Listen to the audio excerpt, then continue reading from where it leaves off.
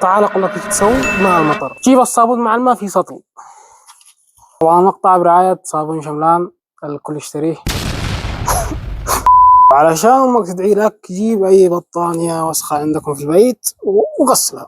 وطبعا قبل ما نبدأ ننظفها لازم نخليها في الماء لمدة من الوقت. والآن يبدأ التنظيف الحقيقي. اقتلها، طلع ميتين أبوها كأنك جالس تتمرن.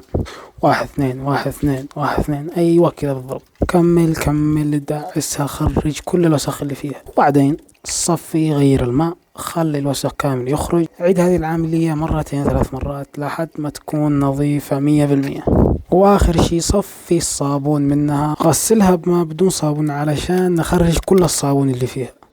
برضو سوي العملية هذه 2 3 مرات إلى أن تكون نظيفة. وفي الأخير لازم انك تطرحها في مكان فيه شمس علشان تنشف. نايس.